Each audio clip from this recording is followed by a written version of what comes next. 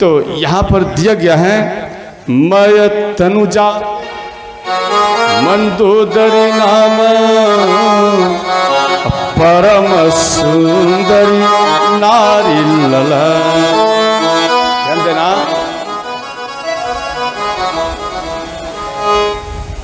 मंदोदर ऋषि वो दूध पी करके तपस्या करते थे, ध्यान से समझना। और एक बार दूध रख करके वो जल में स्नान करने गए। इधर उनके आश्रम में एक मेढकी रहती थी। मंदोदर ऋषि राम कथा डेली किया करते थे और वो मेढकी वो श्रवण करती थी, समझ गए। तो वो मेढकी उन दूध का सुरक्षा किया करती थी। जो हमारे गुरुदेव, उनको गुरु माने थे, जो कथा सुनाता है वो गुरु होता है, जो श्रवण करता है वो शिष्य होता है। इस नाते से उनको गुरु माने मेढकी। तो गुरु महाराज आएंगे, दूध पिएंगे, ये सब उनका इंतजार करते थे और दूध का रक्षा करते थे। तो अंत में एक सर्प आकर उन दूध को थोड़ा पी लिए। तो सर्प जब दूध पीता है तो कुछ जहर भी उगल देता है। तो वो जो दूध थे वो जहरीला हो गया। तो जहरीला के कारण ये सर्प चला गया।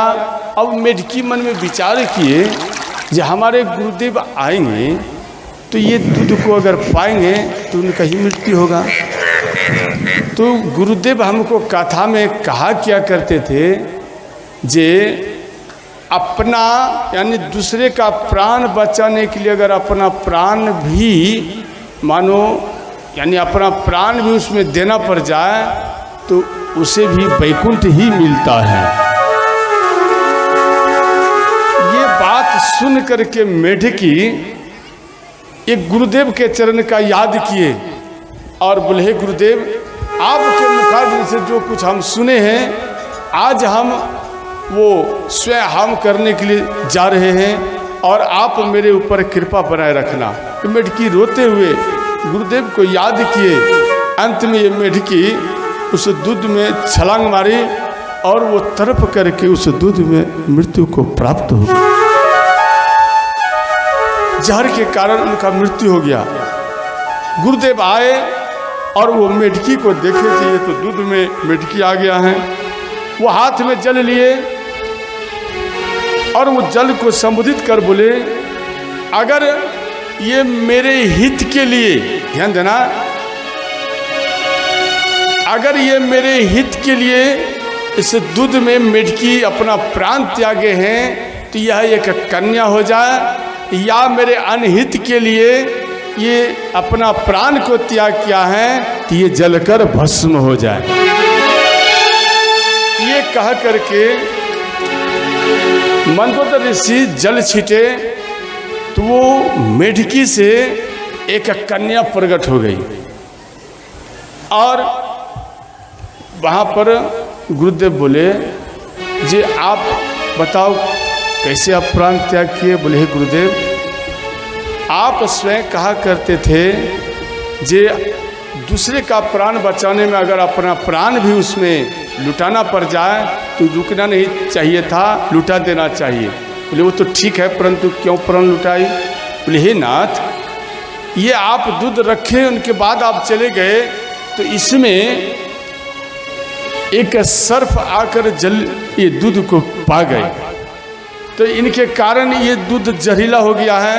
अब मन में हम सोचे जे अगर आप आएंगे, इन दूध को आप पाएंगे तो आपका ही मृत्यु होगा, इसलिए आपका प्राण बचाने के लिए हे गुरुदेव मैं अपने शरीर को इसमें डुबो दिया दूध में और मैं अपना प्राण को त्याग दिया।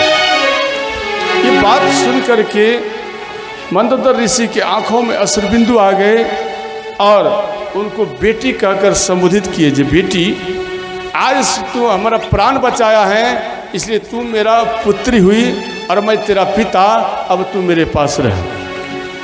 तो उनको अपने पुत्री के समान उनको लालन पालन करने लगे और रखने लगे। ध्यान देना, जब रखने लगे तो साधु संतों का वस्त्र भी एक खींचती थी, यानी सफाई करती थी।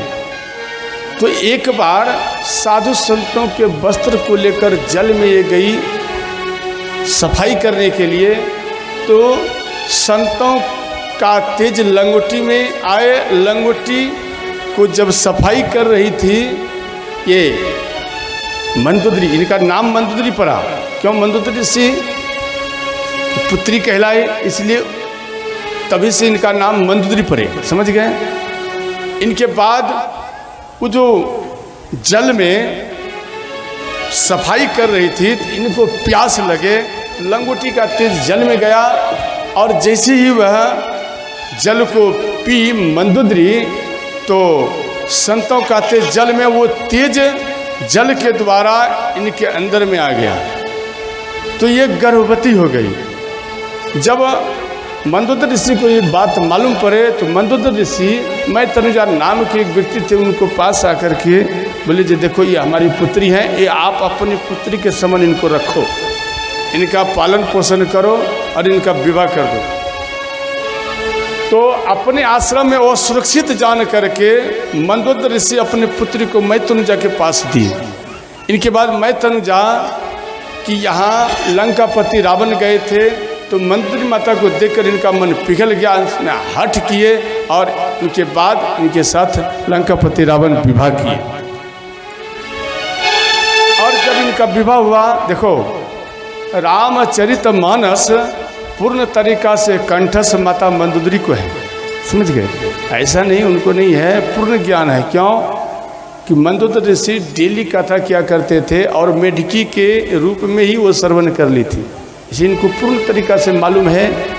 और इनके बाद इनका इनके साथ विवाह हुआ। तो एक बार लंकापति रावण को माता मंदोदरी बोली, तो गर्भ तो बढ़ता जा रहा है और समय निकट आ गया है। तो माता मंदोदरी बोली कि हे नाथ, हे स्वामी, सुना है आपका और बाली का गर्जन थोड़ा एक जैसा मिलन होता है। बोले हाँ, तो हमारा इच्छा है आप दोनों का गर्जन सुनने का। बोले ठीक। तो पुष्पक विमान में मंदोदरी माता को बैठाकर और ध्यान देना किष्किंधा आए, तो किष्किंधा में विमान को रखने के बाद वहाँ पर मंदोदरी माता को खड़े किए और विमान लुप्त हो गए। इनके बाद इधर लंकापति रावण बाली को ललकारे, तो बाली क्रोधित अवस्था में आए। इन दोनों के गर्जन से, ध्यान देना, इन दोनों के गर्जन से, इनके आघात से माता मंदोदरी एक बालकों का जन्म दिया। और जब माता मंदोदरी एक बालकों का जन्म दिए तो ध्यान देना, वो बालक अपने आंचल को फाड़कर माता मंदोदरी उन बालक को पहराए और चुम्बन किए। इनके बाद जब प्रसव का पीड़ा आता है तो माता बेहोश हो जाती है। उसी प्रकार से ये बेहोश अचेत होने वाले थे। लंकापति रावण का दृष्टि पड़ा, जब मंदोदरी बेहोश होने वाले हैं, क्या बात है, तुरंत बाली से भाग गए, यानी युद्ध न किए, ये भाग गए और इनको बाली रगे थे।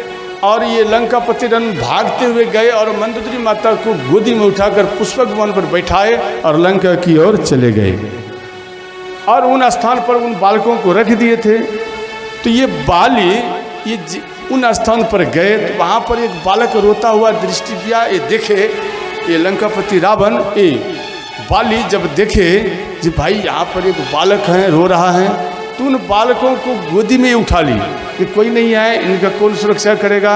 इसलिए वो बालक को उठाकर वो आकर देवी तारा के गोद में दे दिए। ये देख, ये बालक हैं, इनको कोई, उनकी माँ उस जगह नहीं थी, परंतु ये रो रहा था, इसलिए हम इसे लेकर आए।